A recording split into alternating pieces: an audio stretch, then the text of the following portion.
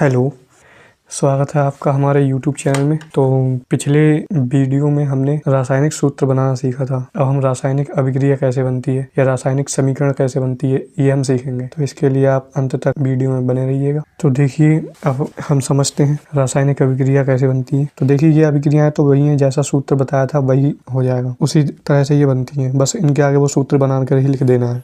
तो जैसे हम एक एक करके बनाते हैं। तो जैसे देखिए, पहले Ca है प्लस O2, इसको हमको करना है। तो ये देखिए, Ca की जो बैलेंसी होती है वो कितनी होती है? 2 होती है। तो यहाँ पर ये हो जाएगा Ca2 और O2, ये भी 2 होती है, लेकिन ये माइनस होती है। तो इसकी बैलेंसी इसके नीचे और इसकी बैलेंसी इसके नीचे। तो अब हम इसे करते हैं। तो ये क्या बनेगा यहाँ पर? Ca2O2, क्योंकि ये 2 यहाँ पे आएंगे और ये 2 यहाँ पर आएंगे। तो ये यहाँ आने के लिए यहाँ पे लिख देंगे और ये वाले हम यहाँ लिख देंगे। अब वही समानुपात का नियम लगाते हैं। तो यहाँ से 2 से 2 कट जाएंगे। तो ये कितना बनेगा? CaO। तो ये CaO हमें इसके आगे लिख देना है। ये क्या हो जाएगा? Calcium oxide. उम्मीद है कि समझ में आया होगा। ऐसे ही दूसरी वाली जो अभिक्रिया है, यहाँ पर है Na O2। तो Na और O2, देखो Na पे बैलेंसी कितनी होती है? 1।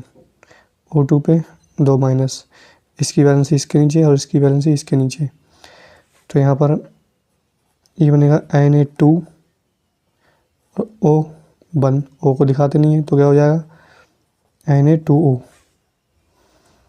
तो यहाँ पर ये बन जाएगी हमारी Na2O। उम्मीद है कि ये भी समझ में आई होगी। तो चलिए तीसरा समझते हैं। तीसरा है NaCl। Na और Cl, ये तो मैं आपको सूत्र बनाकर ही बता चुका हूँ, फिर भी बताते हैं। चलो, Na पे +1 और Cl पे -1, इसकी बैलेंसी इसके नीचे और इसकी बैलेंसी इसके नीचे।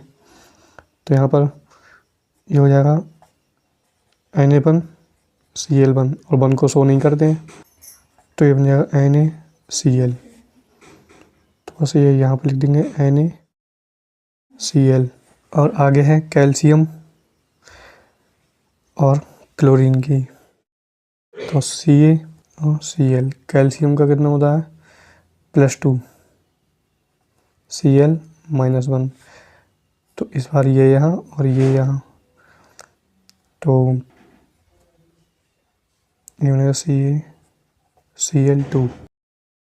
तो वो हम यहाँ लिख देंगे CaCl2।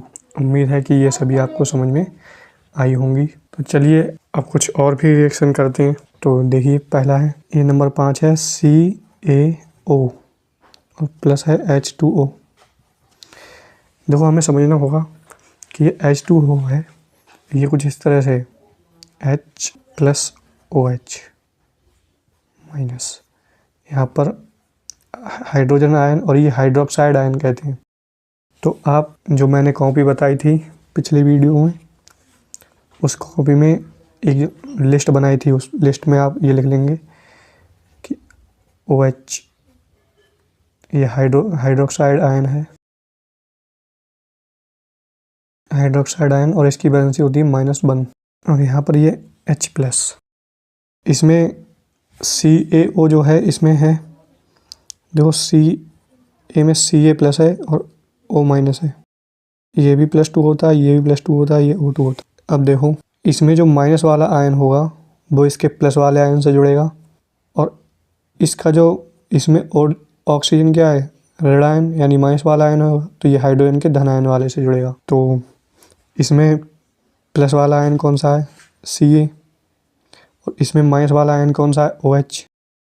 तो बेसिकली ये रिएक्शन है वो इसमें होगा, Ca में और OH में, Ca में और OH में। तो देखिए, अब कुछ इस तरीके से बनेगा, Ca2+ और OH ये होता है माइनस। तो यहाँ पर -1 Ca के नीचे और +2 OH के नीचे। तो ये कैसे बनेगा, Ca1 और OH, ये जो 2 आएंगे इसके नीचे। अब ये जो बना ब्रैकेट के बाहर ये बना है 2, तो ब्रैकेट के बाहर अगर नीचे की तरफ 2 बनता है तो उसको हम होल ट्वाइस कहते हैं। जैसे गणित में ऐसे पढ़ते हैं हम a + b, ये ऊपर होता है तो हम इसको होल स्क्वायर कहते हैं, लेकिन यहाँ पर हम ये जब नीचे लिखते हैं तो हम इसको ट्वाइस कहते हैं। तो ये बना Ca1 और OH का होल ट्वाइस। अब क्योंकि 1 को नहीं लिखते हैं तो CaOH का होल ट्वाइस ये बन जाएगा। तो यहाँ पर ये क्या बनेगा, CaOH का होल ट्वाइस। अब देखिए यहाँ पर Ca का और OH का तो सूत्र बन गया, लेकिन Ca के साथ O है इसमें, और यहाँ पर एक हाइड्रोजन बचा। तो अब ऑक्सीजन में और हाइड्रोजन की क्रिया कराएंगे। तो ऑक्सीजन पे 2- हाइड्रोजन पे 1+। हाइड्रोजन को पहले लिखते हैं तो H, और इसकी वैलेंसी इसके नीचे, इसकी वैलेंसी इसके नीचे।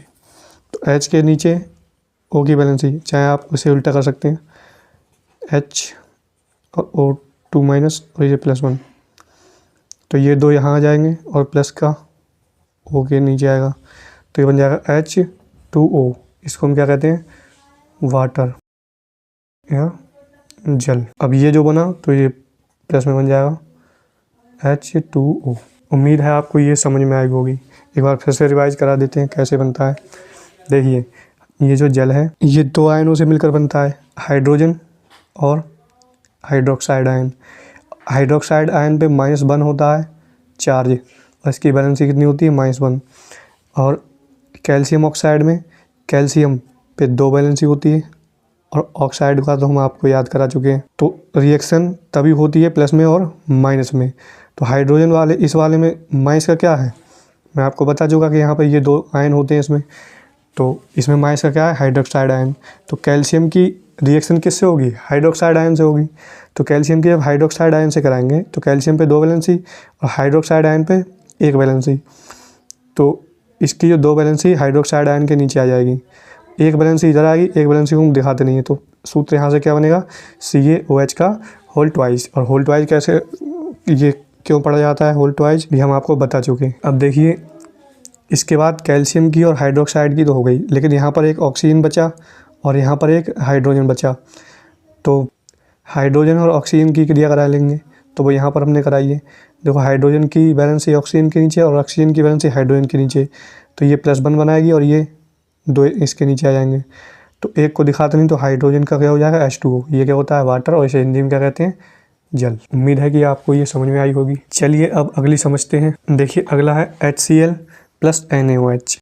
अब देखो इसमें HCl में मैं आपको बता चुका था कि इसमें एक हाइड्रोजन आयन है और एक क्लोरीन आयन है।